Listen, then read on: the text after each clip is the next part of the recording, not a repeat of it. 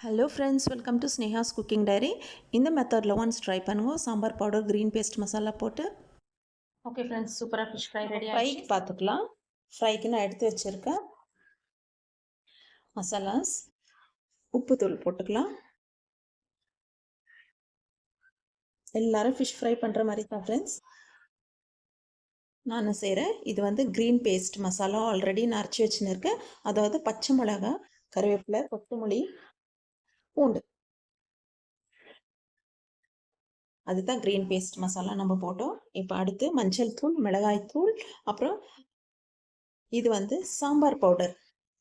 மிளகாத்தூள், மஞ்சள் தூள், சாம்பார் பவுடர். சாம்பார் பவுடர் வந்து ஹோம்மேடு தான். சாம்பார் பவுடர் ஹோம்மேட் ரெசிபி நான் எப்படி செய்யறதுன்னு வீடியோ அப்லோட் பண்ணியிருக்கேன் ஃப்ரெண்ட்ஸ். இப்போ இது நம்ம நல்லா மிக்ஸ் பண்ணிக்கலாம். இது வீட்டில் அரைச்ச மிளகாய் தூள். இது ஆல்ரெடி நல்லா கலர் கொடுக்கும்.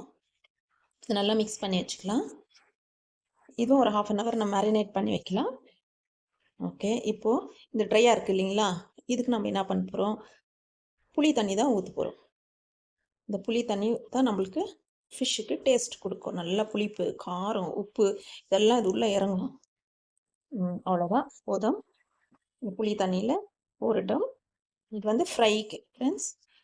நல்லா மேரினேட் பண்ணி ஒரு 1/2 hour வச்சுட்டு நீங்கள் செஞ்சு சாப்பிட்டு பாருங்கள் ஃப்ரெண்ட்ஸ். ரொம்ப ருசியாக இருக்கும்.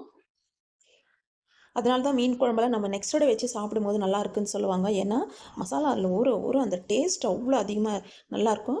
அப்புறம் நான் போட்டிருக்கிற சாம்பார் பவுடர்லேயே எல்லாமே இருக்குது. மிளகு, சீரகம், வெந்தயம், சோம்பு எல்லாமே போட்டிருக்கேன். நீங்கள் போய் அதை வீடியோ வாட்ச் பண்ணுங்கள் ஃப்ரெண்ட்ஸ். சாம்பார் பவுடர் எப்படி செய்யறதுன்னு சொல்லிட்டு கொஞ்சமாக குவான்டிட்டியில் தான் நான் செய்து காமிச்சிருக்கேன். நம்ம கேட்லா ஃபிஷ்ஷு மேரினேட் பண்ணி வச்சா ஃப்ரைக்கு சூப்பராக மேரினேட் ஆகிட்டு இருக்கு. நம்ம ஃப்ரை பண்ணிக்கலாம். ஆயில் ஊற்றிக்கலாம்.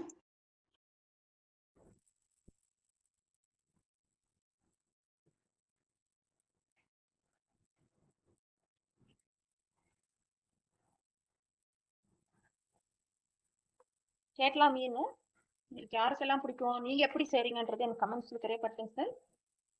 ஃபிஷ் நார்மலாகவே நம்ம எப்படி சிம்பிளாக செய்யும் போதே ரொம்ப ருசியாக இருக்கும்.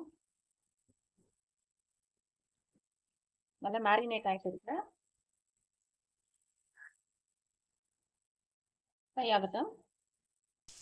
நம்ம ஃபிஷ்ஷை திருப்பி போட்டுக்கலாம். ஒன் சைடு குக் ஆகிடுச்சு. நான் திருப்பி போட்டேன். ஃபிஷ் சூப்பராக ஃப்ரை ஆகிடுச்சு. ஃபிஷ் ஃப்ரை சர்வ் பண்ணிக்கலாம்.